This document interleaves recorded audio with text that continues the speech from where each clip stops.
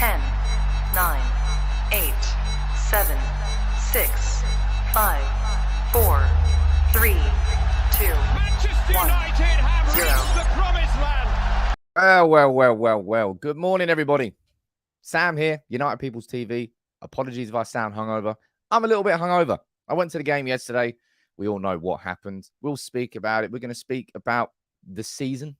If you want to speak about it, we're going to have I'm going to reflect on it for a few minutes. That's what I'll do at the start of this show because you know what's amazing, really, when you think about it, is how quickly we can bury this season, bury everything that's happened, and start talking about Erik Ten Hag. This morning, Manchester United have officially confirmed Steve McLaren and Mitchell van der Gag as his assistant coaches. We've got Erik Ten Hag's first interview with the club going live at 10 o'clock. So this will only be a half an hour show today because it's very busy. We're going to do this show at 9:30 this morning. Then I'm going to cover Erik Ten Hag's first interview at 10 o'clock. I might then come back as well live at midday when it's Erik Ten Hag's first press conference as Manchester United manager. It's going to be a busy one. So you make sure you join in, get your comments in, react to that game yesterday. What do you think? I wasn't smiling at all. Manchester United 1-0 defeat there at Selhurst Park. Our sixth away defeat in a row. And it was everything that you expected it to be, really. Absolutely. Just another crap game to end a really, truly abysmal season. We only got into the Europa League because West Ham managed to not capitalize on the fact that we lost. And it was terrible. The only thing that you had to celebrate was this. I was in the away end. I wasn't in the away end, sorry. I was in a box yesterday.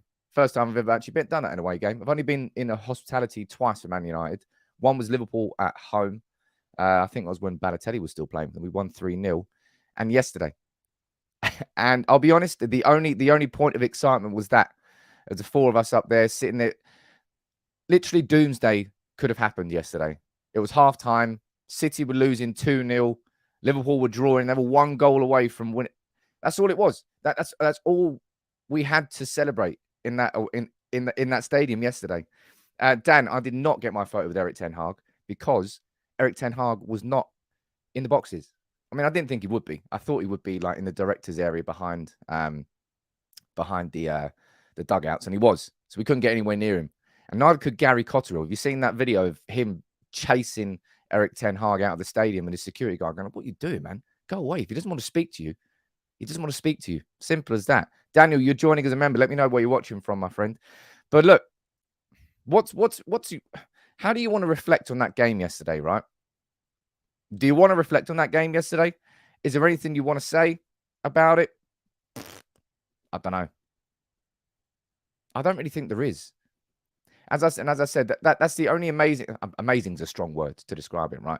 But I'm just happy that Manchester United, the day after that abysmal season ends, we can just purely focus about what's coming next. About the fact that, first of all, that they did not win the treble. I swear, I don't think people understand how bad that would have been. And I'm not just talking about Man United fans. Liverpool would have been insufferable. Insufferable had they won the quadruple. Had they gone and done it. Jeez. Gives me the shivers to think about it. So thank God that didn't happen. All right. That's the only saving grace you can take from that yesterday. And I'm so glad this season is over because there's not really been any sort of point to celebrate for a long, long time for United. We just had to sit there and watch our two rivals go toe-to-toe at the top of the Premier League. And the only enjoyment we can take there is the fact that Liverpool can't win the quadruple. We've got to sit there and watch City win the league again. Man, it's bad. And I can't wait for this. I can't wait for this to start. Time for something new. It absolutely is time for something new. And Erik Ten Hag, you saw him yesterday. Look, where is this? Is it that one there? Legit. He had Hector energy. Hector Salamanca. Come on. Anybody who knows Breaking Bad knows who Hector Salamanca is. And Better Call Saul. Fantastic series. Anyway, properly the same energy in that screw face from Erik Ten Hag. From what he was watching, I swear to God, if he comes in, starts dinging that bell, starts blowing people up, I'll be fine with that. I won't be fine with that. I'm not encouraging that. But that was the energy I got from that photo. And what a bad season, eh? What a bad season. By the way, I'm not sure if anybody will want these, but look, anybody who's a member, I've got 2 programs from yesterday. I took them back with me. So if you're a member on United People's TV, drop me a message in the members chat on Telegram with your address. If you want one of these, I'll send you out. I've got 2 of them. One here, one there. So if you did want one, you can have that. Don't say I don't treat you well. RDTY, I see the joining us there as a member, my friend. And who's down here in the comments? But apologies, I didn't actually give a shout out this morning. T, I can see you there. Jake, I can see you there. Jack, Sigmund, lots and lots of you. There's too many names actually to mention. But look, if you do want that, make sure you hit me up on Telegram. And the first 2 people who do hit me up, I'll post it out to you. It's going to be a busy day today. A busy, busy day, but an exciting day, man. Because Erik Ten Hag's going to be, well, he's got his first interview with Manchester United that's going live at 10 a.m. So this we'll only be live for another 20 minutes this morning. It'll be a little bit of a shorter show, but it's because we've got so much coming up today. And it'll be interesting to hear what he says, because it will be the first time he's just sat there as United's manager in a relaxed environment. He's like, right, okay, these are my plans. Yeah, but before all that, I suppose, look, you've got to speak about this. Manchester United this morning at 9 a.m. confirmed the appointments of Mitchell van der Gag and Steve McLaren as his new backroom staff take shape. There's a comment there. That's a bit of a surprising comment. Am I skeptical of Erik Ten Hag? I don't know why I would be skeptical of Erik Ten Hag in any way, shape, or form. Let me know in the comments. Should I be skeptical? I don't think I should be skeptical at all. Vicky, I'm going to try and do I'm going to try and do a review of the interview straight away. As soon as this finishes, I'll be watching the interview and bringing it to you here on United People's TV. And then I'll be back here at 12 o'clock with a live reaction to his first press conference as well. Or maybe a little bit after 12 o'clock. I'm not sure. Landing, you're saying, is there a country restriction on becoming a member? I don't know, my friend. If there is, it's down to YouTube. It's not to me. There's no restrictions from me. Charlie saying, hi, Sam, love the podcast. Thank you very much. We'll be recording the latest episode of the podcast later on tonight, I do believe. I need to check with the lads. But make sure you fire in your questions. If we are recording it tonight, I'll drop a little story on Instagram, and you can reply to that story with the questions that you would like to be answered during the show. And send in funny questions, because it's quite fun. Sean in the comments there saying, Sam, I'll be more skeptical of the United fans. I'll be more skeptical of the players, to be completely honest. Because look, I really, really don't want to focus on this too much. All right. You've got to speak about it this morning. I think if we're reviewing the season that's just happened, it would be negligent, right? Negligent of me to not mention these sorts of stories. This is coming from Samuel Luckhurst, chief writer at Manchester Evening News. Players briefing against legends, Rangnick's nickname and fraught meetings. The inside story of the worst Manchester United season in decades. Now, as I said, I'd rather not focus too heavily on this sort of conversation, and I'll probably do one video on it, and I'll try and do one video that encapsulates and covers all of it, because it's been a bad season. It really has been an awful season. And the dressing room leaks have become so frustrating for all fans. And now that the season's over, I guarantee you, it's only going to get worse before it begins. Shafi is saying, no need for worries. Ten Hag will do magic. Well, let's hope so, because he's really going to have to wave the magic wand, man. Because if you go through here, I've just pulled out a couple of grab quotes from it, because it's too long an article for me to have looked through it properly before we came live here. But these are a couple of points that Samuel Luckhurst is raising.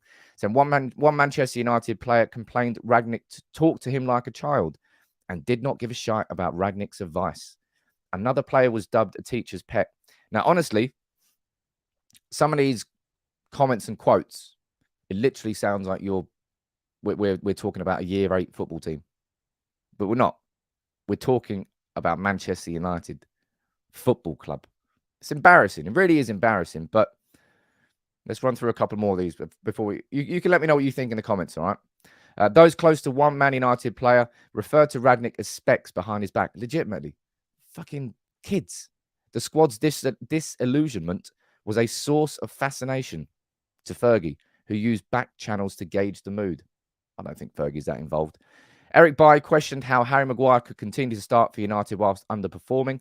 Another player claimed Maguire was not good enough, and several teammates agreed Bruno Fernandes's wasteful approach is a problem. I mean, yeah, it is. And Bruno was kind of, we know that, and I've spoken about that before. Yeah, Erik Bailly had every right to question whether Harry Maguire should be starting. But this, I hope this is bollocks. Referring him as specs behind his back. Rangnick talked to him like a child. I mean, it probably was. It's like talking to children. It's like, that's what I'm saying. It feels like we're talking about a year 8 football team. They're like seasoned professionals, man. They're mature professionals. Helgon, you're down there saying they're acting like children and deserve to be treated as such. And they do. And they have been. And that's why United fans have just become so disconnected from this squad. Honestly, I don't think I'll ever get my head around that. The drop-off that there's been. Because I remember genuinely going, I actually quite like this squad. I felt like there was quite a few likable players coming through. I felt like the squad as a whole under Ole Gunnar Solskjaer at one point in time, I was like, yeah, man. I like how United I feel it feels like United are heading in the right direction. And to have seen the spectacular collapse that's happened since has just been, well, magnificently horrendous. It's as bad as it gets. And you're saying, honestly, I feel this is an indictment of our entitled soft society where these players have never actually been raised to be real men. Well, that's more of a society situation rather than Manchester United. That was a key part of what Fergie did, guide and teach. I mean, you can try and relate to something bigger, but you look at Man City are doing fine. I mean, Liverpool are doing fine. It's not necessarily a society as a whole. So I think that's getting into a completely different conversation. Way overstretching that. But these United players have been entitled. That game there against Crystal Palace was our sixth away defeat in a row. I think we conceded 2. No, we've scored 2 and conceded 17 in our last 6 away games. Yet the away end is still full. The support is still there for the club. But I'm just glad that season is done, man. I'm so glad. I can't remember the last Premier League game that I enjoyed. You can let me know in the comments there. If it's just... look, Ralph Rangnick, eh? I will do a video on Ralph Rangnick. Absolutely have to. But at this point in time, I don't know. I'm so torn about everything. I'd rather just ignore everything that's happened this season and just purely focus now on what's coming up, what's next for Erik Ten Hag. Because you could just, I don't know, you could just get bogged down into it if you don't. If we wanted to, here on United People's TV, I could do a video every single day this week, focusing on a different negative of the club. Whether it's the player attitudes, whether it's how we performed under Ralph Rangnick, whether it's the dressing room leaks.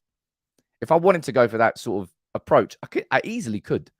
And I wouldn't run out of things to say. I just don't really think it's going to help us anymore. Like, the season's been bad enough. How much more punishment do we need? Mikey, you're saying refreshing that most of the players won't play again. I think we might be unpleasantly surprised there. First game of the season was the best. What was the first game of this season? Was it Leeds? Was that this season? Jeez, the season's been so long. You're saying probably the Brentford or the Palace game or both the Leeds games. Don't know. RDTY, you're saying, I like De Gea's comment that says that any players that don't want to play can go and players who want to fight can stay. Thank God this season is over. Absolutely. I've forgotten about it already. Well, I haven't forgotten about it. Jeez, that's for sure. 5-1 against Leeds. Stephen, you're saying, I felt so sorry for Ralph since he joined. He had a group of self-important players who didn't want to play for anyone to contend with. Look, Ralph is definitely not innocent in this whole situation. No one is. No one's come off looking good. No one's come off shining from that season in any way, shape or form. A story that I was reading before I came live here on The Athletic, sort of, let me try and pull it up for you here. I will pull it up. I wasn't going to run through it, and I won't run through it completely because I haven't had the time to before we went live this morning, just because it's such a busy day coming up. But it's sort of the inside story of what's happened with Ralf Rangnick. And the reason I'll tell you why I'm going to pull it up. It's because inside there, it really goes into a bit of detail.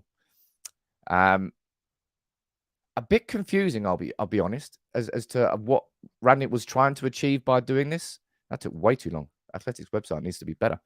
But yeah, inside the Rangnick spell as interim manager. Now, inside this, it's quite a detailed account of how Lars Kornetka was involved still at Manchester United. So Lars Kornetka, let me give you a bit of clarity on that, was the assistant for Ralf Rangnick at Lokomotiv Moscow. And that's the person he wanted to come to Manchester United. That was the first name on his list. He goes, I want Lars Kornetka with me at the club. He didn't come to the club. He stayed there, but Ralf Rangnick was still using him over the phone, trying to do in-game analysis, trying to do post-game analysis, despite the fact that he wasn't paid by the club. That was a bit weird, that was. That was really, really a bit weird. There's a super chat that came in. I'll read that one out before I move on quickly. You can let me know what you think about that. Jibak, thank you for supporting the channel as always, my friend. This is why you do a proper due diligence on players before buying and drive a professional culture at the club. Woodward's Disneyland crap has done so much. It's untold the amount of damage that Ed Woodward has done to Manchester United, and we're still suffering from. And that's why we talk about clearing out the dead wood. It's far, far more than that. It's far more than just dead wood at Manchester United now. It's an entire, and we thought that culture was going to get improved by Solskjaer, and I think it did to a degree, but by fixing one element of it, Solskjaer allowed the other side of it to take hold. And by putting his arms around the shoulders of players, the entitlement and the self-sense of importance only went up, which actually worked against him in the end. It was almost an impossible situation, really, wasn't it? Joseph saying, how soon can we get rid of those players who are out of contract? I want Ten Hag to make a statement by kicking them out of the club now. Well, their contracts, I believe, will run until the end of May. When the transfer window opens, I think they're just gone. They're absolutely just gone. Let's go down here and let's read a few more of your comments. I think Ralf gave up on game performances after the first couple of games and concentrate on the future. I've spoken about that. I've spoken about the fact that I think you point towards that Crystal Palace game. First 30 minutes, we were pressing. Then the players didn't have the fitness or the energy levels to continue that. We tracked back a bit. Fred got the goal. We won 1-0. Norwich. And then the next week, Norwich. We didn't do it against Norwich. And Erik Ten Hag Ralf Rangnick was asked after the game. He goes, was it your game plan to just not press like you did last week? He goes, no. I absolutely wanted these players to press. They just didn't do it. They just didn't have the intensity for it. And they haven't. They have not had any intensity. Now, I can see quite a few of you down in the comments there mentioning this. It's a bit of a weird one, isn't it? Boubacar Kamara has gone to Aston Villa, apparently because of the Steven Gerrard effect. Good for them. It's a free signing. We've missed out. Have we missed out on him? Or we just didn't want him? We just weren't going after him. I don't know. I do not know. Let me go and read a few more of your comments out there. This is the only video I want to do really reflecting on the season as a whole. So if you've got something you want to say, please get it in the comments now. I'll try and read a few of your comments out. John, you're saying he realized he wouldn't be able to get the players to press for the whole season, so he had to give up his signature style very, very quickly. And I've said that, and I have absolutely maintained that was the case, because if you saw what Ralf Rangnick had tried, we used the 4-2-2 in the first game. Then I think 2 games later we switched to a 4-2-3-1 because Ralf was like, okay, they're not going to use that system. Then we used a system that they actually did know how to play under Ole Gunnar Solskjaer. 4-2-3-1. That didn't particularly work. Then he switched to a 4-4-2. I think it was Burnley at home. And then that didn't work. And then we, on occasions, we played with 5 at the back. And that didn't particularly work. And then we went to the 4-3-3. When we had a few games when Scott McTominay played as a number 6. And actually, we all went, Scott McTominay can actually play it there. And that was probably the best football we played. For a few games there, I think that was at the time when we had like 72 shots against Middlesbrough, Southampton, Burnley? Don't know. But that were the 3 games that we drew, and we had a ridiculous amount of shots. We were dominating and creating, but we just were not finishing. I saw this. I saw a video there. I don't know the context of this, right? But I did see him popping up the middle finger, getting back on the bus. But I don't know whether that was United fans. That may well have been Crystal Palace fans. But Cavani, vamos, gone. I will not miss you, my friend. I really, really won't. I won't. I mean, who of any of these players would you miss if they left? That's the last time that Cavani will play for United. Mata, he got the send-off he deserved. Absolutely cracking player for United. Ambassador for the club. I would love for Mata to come back. Yeah, and teach some humility to some of these players. Good human. Good human. Mata's gone. Pogba. Woohoo. Won't be talking about him again. Matic. Decent midfielder. That's about it. That's all I can say really on that. There's just so many of these players that I have no affiliation to them whatsoever. I don't care about them. I just want them to leave.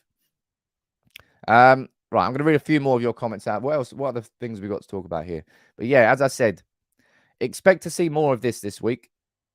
Expect to see real briefs coming out now. I mean, if we thought that the dirty laundry was being aired in public before, I think it's only going to get worse this week. But yeah, it's something that I will continue to reiterate is we're lucky now that as United fans, we can immediately talk about Erik Ten Hag. Because if United had done this, how we know United have in the past, taken their sweet time to do anything, this could well be this could have well been a situation where we're now just for weeks and weeks and weeks, instead of planning for next season and speaking about what's coming next, it will just be more speculation about whether it's Pochettino or Erik Ten Hag coming in, and it'll be exhausting.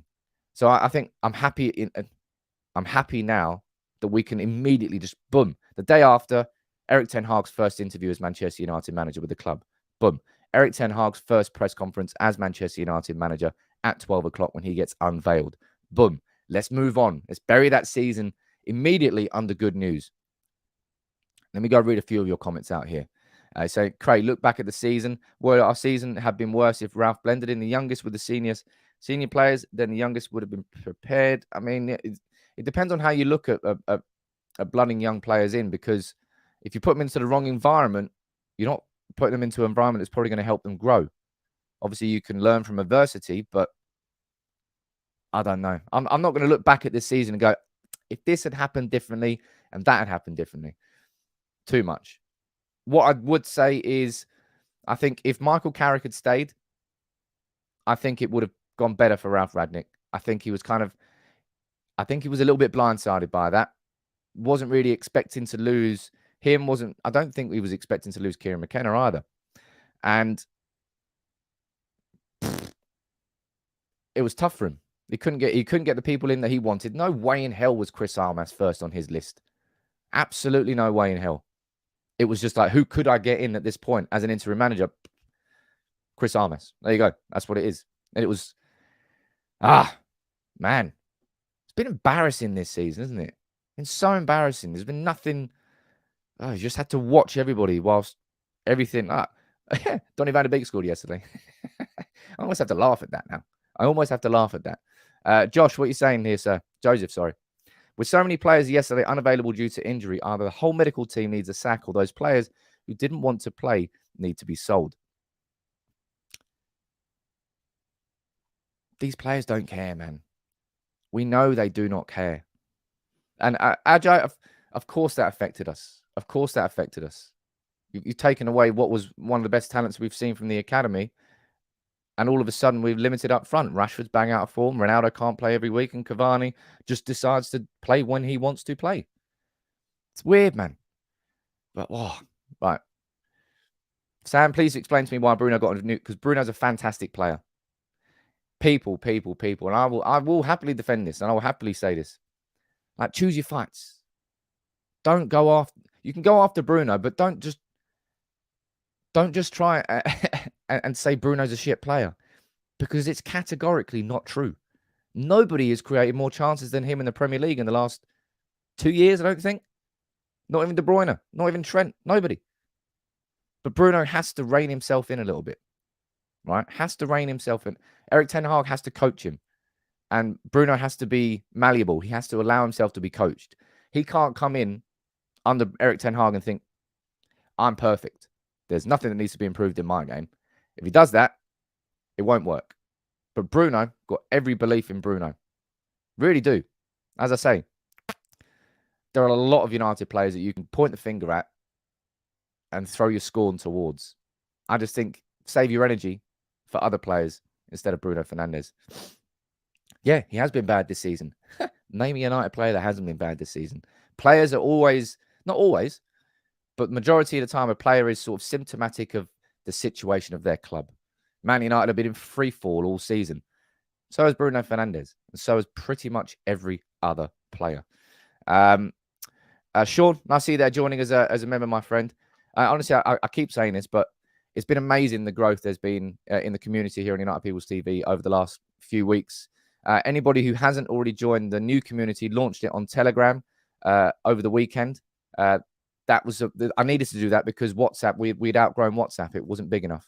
This new community allows us to have different channels, different groups, and it's a way for me to make the community and give it a better home. So anybody who hasn't already joined the community, there's a link in the description on YouTube, and I'll sort it out on Facebook too. But look, absolutely, yeah, I'm going to have to wrap this one up now because today's going to be a very, very busy day. There's going to be a lot of videos going out on United People's TV. I'm going to cover the Erik Ten Hag interview, which is going live now at 10 o'clock, all right? So make sure you go over to the Man United app or wherever you want to watch it. I'm going to go now, and I'm going to watch that interview. I'm going to get a reaction video up as soon as I possibly can. I'm also going to be back here a little bit later on today for Erik Ten Hag's first press conference as Manchester United manager. This season's been shit, people. That's what I'll say, like the 30-second wrap-up of this season. This season's been abysmal. All we've had to do as Man United fans is watch Liverpool go toe-to-toe with City for the Premier League again. Watch Liverpool and City go into the Champions League semis and the finals. It's been a shit season as a fan. We've watched our club sort of fall apart from the inside out. It's been another season of just player leaks. Nobody wanted to play for the shirt. It's been bad. But now we can start immediately looking forward and looking ahead to Erik Ten Hag and what he's going to do to the club. I'm excited about it. You're excited about it as well. But look, make sure you check out the interview, and I'm going to have a reaction to it on here ASAP Rocky. It's going to be a busy day, and it won't be too depressing because we're talking about Erik Ten Hag. I think it's a good thing. Take it easy, and I'll speak to you soon.